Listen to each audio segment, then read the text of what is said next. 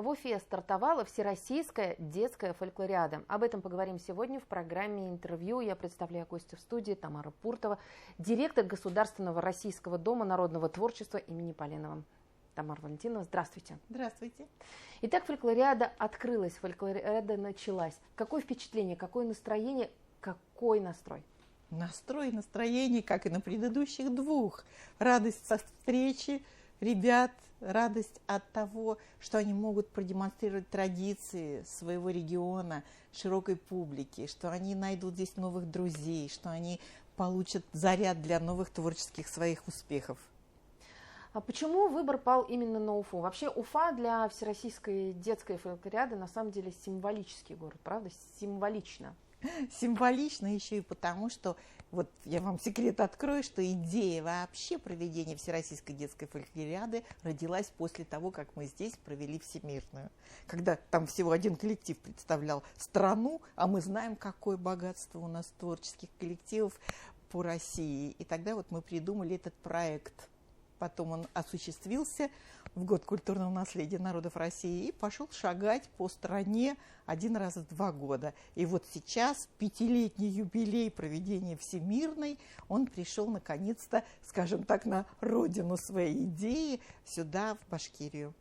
Ну, как правило, есть несколько претендентов на проведение крупных мероприятий, поэтому наверняка здесь был какой-то выбор. Вот что сыграло на пользу Уфы? На пользу Уфы сыграло то, что здесь прекрасный опыт. Здесь есть, во-первых, Радиф Фаридович Хабиров. Это номер один, да? То есть его отношение к народной культуре, его поддержка, она, в общем, всегда вдохновляет, да? Это раз. Второе, конечно же, опыт прекрасный, который имеют органы управления культуры, министерства, нашего коллеги, Центр народного творчества. Здесь можно быть спокойным за то, что это все будет проведено на самом достойном организационном и творческом уровне. Мы в этом уверены.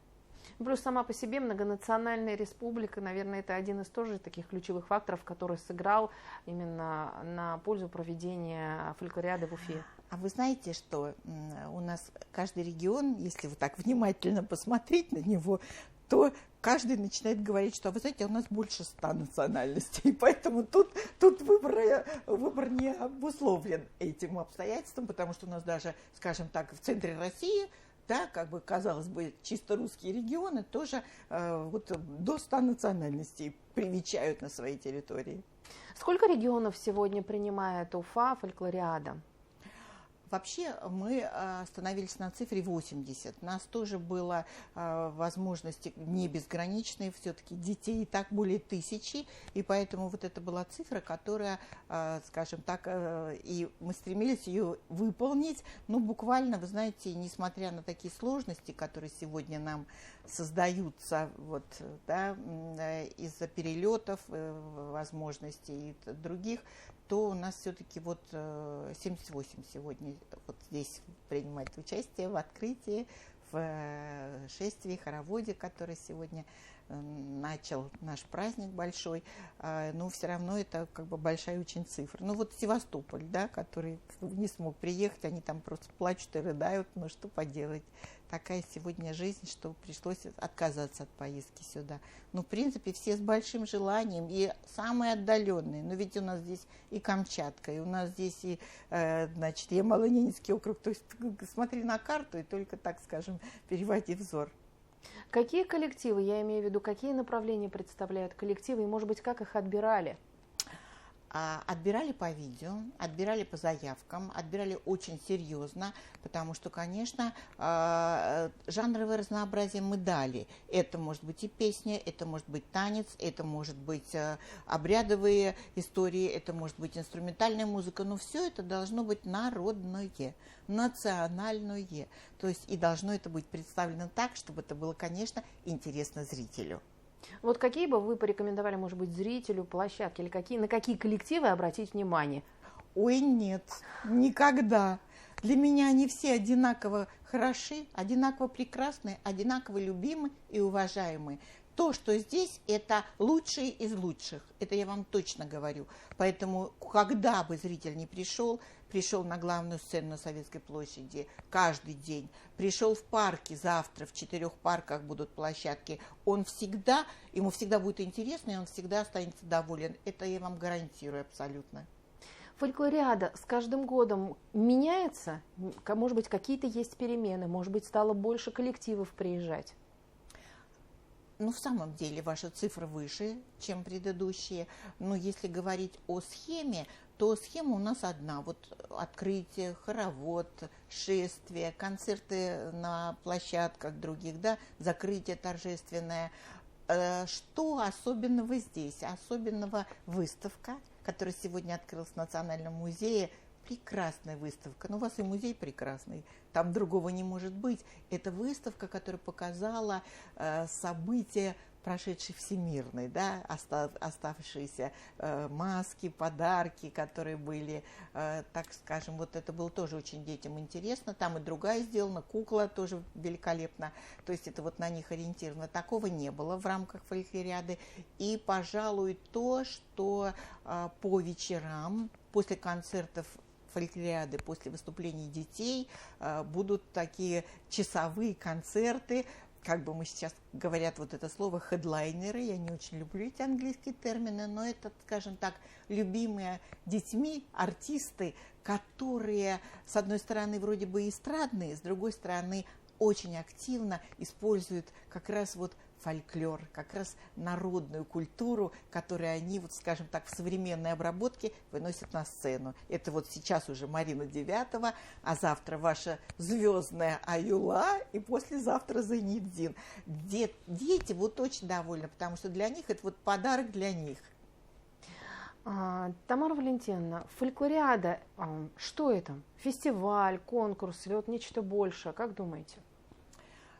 Ну, во-первых, не конкурс совершенно точно, а для фестиваля, наверное, это как бы фестиваль фестивалей. Вот я бы так сказала, да. То есть это такое событие масштабное, где вот я вам перечислила какие... Обязательно конференция у нас всегда, и вот у нас она состоится завтра в конгресс-холле, где мы будем обсуждать как раз с специалистами проблемы работы по сохранению, развитию и популяризации нематериального этнокультурного достояния среди детей и молодежи. Вот это тоже обязательное явление, такое встреча детей с главой республики. Это тоже мы в первый раз придумали, и мы эту традицию продолжаем, где они могут задать вопросы свои, где они могут послушать выдающегося руководителя, да, вот это тоже такая интересная очень история. Ну и, конечно, количество детей и их вот такое взаимодействие, это, ну, уникальный пример такое единения и дружбы подрастающего поколения всех практически разных народов нашей великой страны. Тамара Валентиновна, вопрос такой, вот сейчас эпоха цифровизации, глобализации, вот не буду продолжать этот однородный ряд, и кажется, что вот к народным традициям и к нашим истокам дети уже не тянутся, а здесь целая детская фольклориада, приехали больше 1000 участников, причем, я так понимаю, что желающих было в разы больше. Вот как удается, как думаете, почему дети вновь к этому тянутся и почему они в этом остаются? Ладно, притянулись, но они же в этом остаются и развиваются. Самый любимый вопрос средств массовой информации. Конечно, это удивляет. Мне его задают в каждом интервью. Ну, вы знаете, я, во-первых, оптимист и всегда верю в то, что истинное, искреннее победит, а истинно искреннее, это и есть народное.